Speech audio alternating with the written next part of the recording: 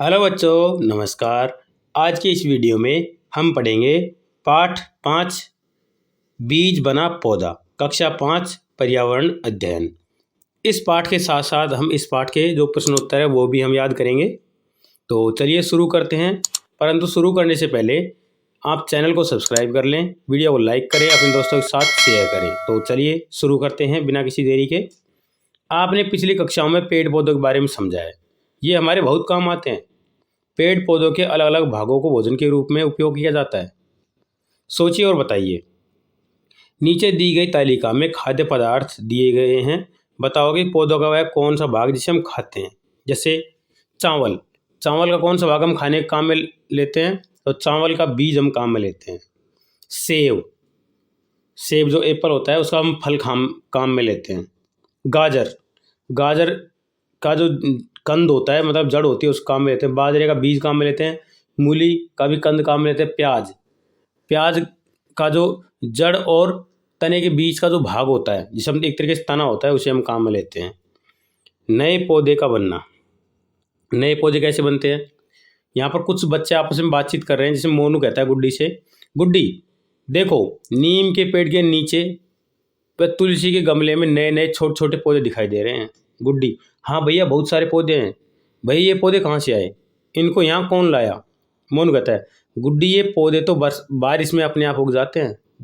गुड्डी, भैया एक पौधा मैंने उखाड़ा है, देखो उसमें क्या दिखाई दे रहा है। मोनू मोनू बोलता है, गुड्डी यह चने का पौधा है, इसमें नीचे चने से जड़ निकलती दिखाई दे रही है, इसी से पौधा उगता है, इसे वापस ज़मीन में लगा दीजिए। बीज का अंकुरण, बछवारस, वत्स द्वादशी बोलते हैं जिसको। बछवारस का मतलब है एक ऐसा त्यौहार जिस दिन भगवान श्री कृष्ण ने गायों और बछड़ों को जंगल में चराने के लिए ले जाना शुरू किया था, उसे बछवारस बोलते हैं। त्यौहार पर गुड्डी की माँ ने मूंग, मोठ व चने भिगोकर उन्हें एक सूती कपड़े में बांध दिया। दूसरे दिन सुबह होने पर पूजा के लिए मूंग, मोठ, चने के दानों को निकाला गया तो गुड्डी ने माँ से पूछा, गुड्डी माँ, मूंग के अंदर ये सफ़ेद सफ़ेद धागे जैसे क्या निकला है? तो माँ कहती है, बेटा यह जड़ है, बाद में मूंग का पौधा बनेगा, इसे अंकुरण कहते हैं। देखिए व लिखिए। एक कटोरी लेकर उसमें मूंग, चना, मोठ के कुछ दाने लीजिए। इस कटोरी को पानी से भर दीजिए। दूसरी कटोरी में गीला कपड़ा रखकर उसमें मूंग, चना, मोठ के कुछ दाने डालो और दोनों को गीले कपड़ों से ढक दीजिए। तीसरी कटोरी में केवल मूंग, चना, मोठ के दाने लीजिए। प्रतिदिन इन कटोरियों में अंकुरण की स्थिति को अपनी कॉपी में लिखिए। ठीक है, तो ये काम आपको खुद करना है। पहले दिन क्या पोजीशन रही, दूसरे दिन क्या रही, तीसरे दिन क्या रही, है ना। सोचिए और बताइए। कुछ प्रश्न हैं जिनके उत्तर हमको देने हैं। किस कटोरी में अंकुरण ज़्यादा हुआ? तो ये अंकुरण उस कटोरी में ज़्यादा हुआ जिसमें पानी और हवा दोनों बराबर मात्रा में लगते रहे हों, जैसे गीले कपड़े के अंदर। किस कटोरी में पहले दिन में अंकुरण प्रारंभ हो गया? मतलब अंकुरण उस कटोरी में पहले प्रारंभ हो गया जिसमें गीले कपड़े के अंदर चने बंधे हुए थे। अंकुरण के लिए दानों को गीले कपड़े में क्यों बांधा? क्योंकि गीले कपड़े में बांधने के कारण हवा, पानी सही मात्रा में लगातार बीज को मिलते रहते हैं। किस कटोरी में अंकुरण नहीं हुआ? जिस कटोरी में पानी बिल्कुल भी नहीं था, केवल सूखे बीज रखे हुए थे, उसमें बिल्कुल अंकुरण नहीं हुआ। घर में रखे अनाजों के दानों में अंकुरण क्यों नहीं होता? क्योंकि घर में रखे अनाज के दाने पूरी तरह से शुष्क अवस्था में रहते हैं, सूखी अवस्था में रहते हैं, उन्हें पानी और नमी नहीं मिलती, इसलिए वो अंकुरित नहीं होते। यहाँ देखो, आपको अंकुरित चने दिखाई दे रहे हैं। देखिए और लिखिए। नवरात्रि स्थापना के दिन आपने आसपास मंदिरों व देवरों में ज्वारा उगाते देखा होगा। आप सभी मिलकर अलग अलग बीजों को पारदर्शक पात्र में मिट्टी में डालें। उनमें होने वाले परिवर्तनों को देखिए। अंकुरण प्रक्रिया के दौरान होने वाले परिवर्तनों का अवलोकन कर इस पर चर्चा अपनी कॉपी में लिखिए। जैसे चना, पहले दिन क्या स्थिति रही, दूसरे दिन, तीसरे दिन, चौथे दिन, इस तरह से बाकी सभी बीजों की आप इस तरह से अपनी कॉपी में लिख सकते हैं। बिना बीज के उगते पौधे। आपने घर में रखे आलू से बरसात के दिनों में अंकुरण निकलते देखा होगा। यदि इस आलू को आप गमले में रखी मिट्टी में दबा दें तो आलू का पौधा बन जाएगा। इसी प्रकार से पत्ती को भी मिट्टी में दबाने पर नया पौधा बन जाएगा। इस तरह से देखिए। आलू को उगते हुए देखा होगा। इस तरह से पत्थर चट्टे के पत्ते को यदि आप मिट्टी में दबा दोगे तो उसमें से नया पौधा बन जाता है। चर्चा कीजिए। आप अपने आसपास के वातावरण में पाए जाने वाले पौधों को देखिए व चर्चा करें कि कौन कौन से पौधे बिना बीज के उगते हैं। ये पौधे के किस भाग से उगते हैं। हर काने पुदीना की जड़ सहित टहनी अपने आंगन में गीली मिट्टी में दबा दी। उसने देखा कि कुछ ही दिनों में बहुत सा पुदीना उगाया है। मीना के घर पर मनी प्लांट का पौधा पानी की बोतल में लगा हुआ था। यह देखकर हरका ने पूछा कि यह कैसे उगाया।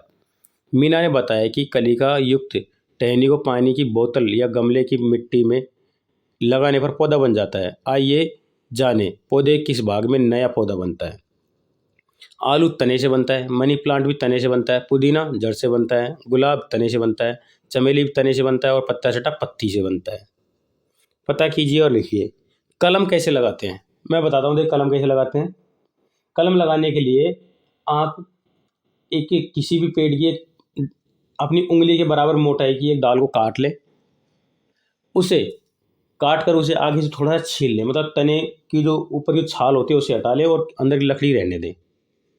उसे एक ऐसी मिट्टी जिसमें गोबर की खाद और पानी मतलब थोड़ी थोड़ी मात्रा में मौजूद हो उसमें लगा दें और ऊपर से उसे ऐसी पात्र से ढक दें जिसमें हल्की मात्रा में धूप और हवा धूप लगती रहे और हवा नहीं लगे, और उसे लगातार 2-3 दिन के अंतराल थोड़ा थोड़ा पानी देते रहें और उसे ज़्यादा धूप में नहीं रखें, धूप नहीं लगनी चाहिए।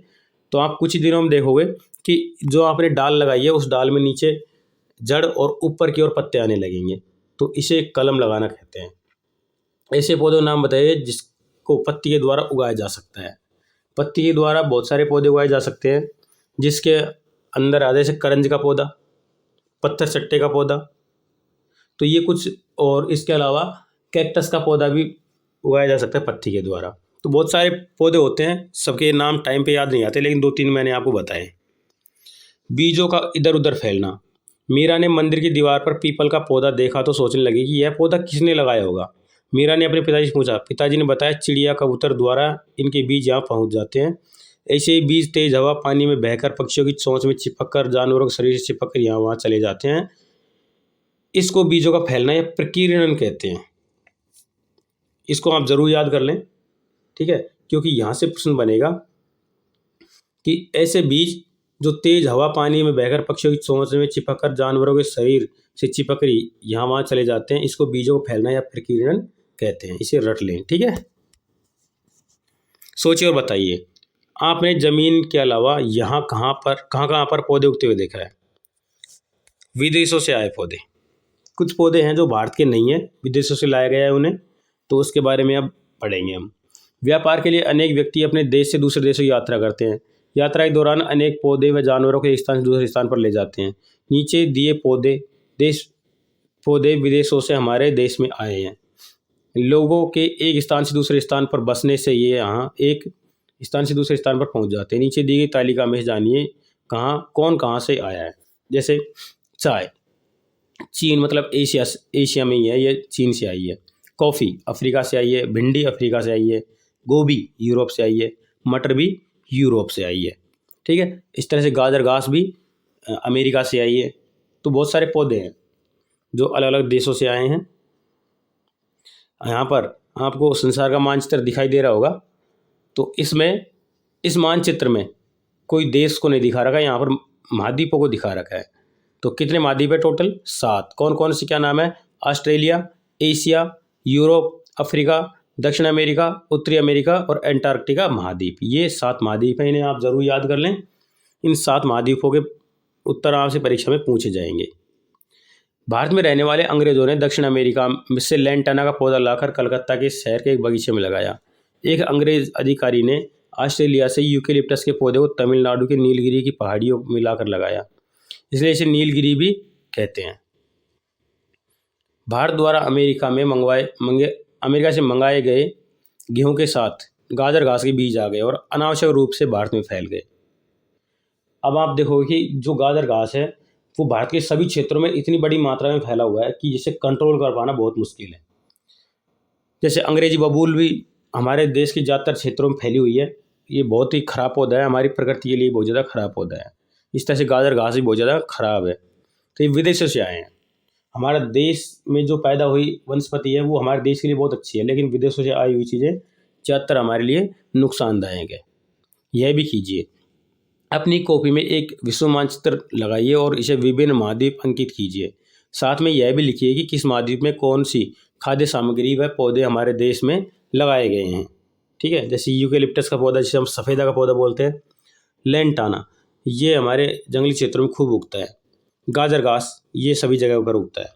पता लगाइए अपने आसपास कौन कौन से विदेशी पौधे देखे गए हैं। देखिए, यूकेलिप्टस, लेंटाना, गाजर घास, अंग्रेजी बबूल, है ना, गोभी, भिंडी, ये सारी चीज़ें अपने आसपास क्षेत्रों में आसानी से मिल जाती हैं। पौधों और बीजों की यात्रा की और कहानी अपने विद्यालय के पुस्तकालय से पढ़कर पता कीजिए। अब यहाँ पर हमने क्या सीखा इस पाठ में? बीजों का अंकुरण अनुकूल परिस्थितियों में ही होता है। कुछ पौधे बिना बीज के भी उगते हैं। बीज अलग अलग तरीकों से इधर उधर फैलकर प्रकीर्णित होते हैं। जाना समझा आप बताइए। मतलब यहाँ पर कुछ प्रश्न है जिनके उत्तर आपको देने हैं। बीजों के अंकुरण हेतु आवश्यक परिस्थितियों के बारे में बताइए। बीजों के अंकुरण के लिए नमी, हवा और एक सही तापमान की आवश्यकता होती है। बिना बीज के उगने वाले पौधों के नाम व चित्र बनाइए। देखिए, बिना बीज के जैसे आलू, केला, पुदीना और अदरक, अरबी, उसके अलावा और भी बहुत सारी चीज़ें हैं जो बिना बीज के उगते हैं। प्रकीर्णन किसे कहते हैं? जीव जंतु, पशु पक्षियों, हवा, पानी के द्वारा बीजों का इधर उधर फैलना बीजों का प्रकीर्णन कहलाता है। मनुष्य बीजों का प्रकीर्णन कैसे करता है? लिखिए, मनुष्य अपनी सुविधा के अनुसार यात्रा करता है और अपनी सुविधा के अनुसार कुछ चीज़ों को अपने साथ इधर उधर ले जाता है। जब वो चीज़ों को इधर उधर ले जाता है और वहाँ जाकर बीजों को बो देता है तो उससे बीजों का प्रकीर्णन होता है। जैसे विदेशों से बहुत सारी सब्जियाँ, कुछ पेड़ पौधे हमारे भारत में आ गए हैं, तो इसे बीजों का प्रकीर्णन ही कहते हैं। विदेशों से आए 5 पौधों के नाम लिखिए। देखिए, अंग्रेजी बबूल, लेंटाना, उसके अलावा यूकेलिप्टस, गाजर घास और गोभी, भिंडी आदि। लास्ट में एक संदेश है इस पाठ का, अंकुरित बीज खाओ, स्वस्थ बनाओ। तो जाने से पहले आप चैनल को सब्सक्राइब जरूर करके जाएं, वीडियो को लाइक करें, अपने दोस्तों के साथ शेयर करें। चलिए अब अगले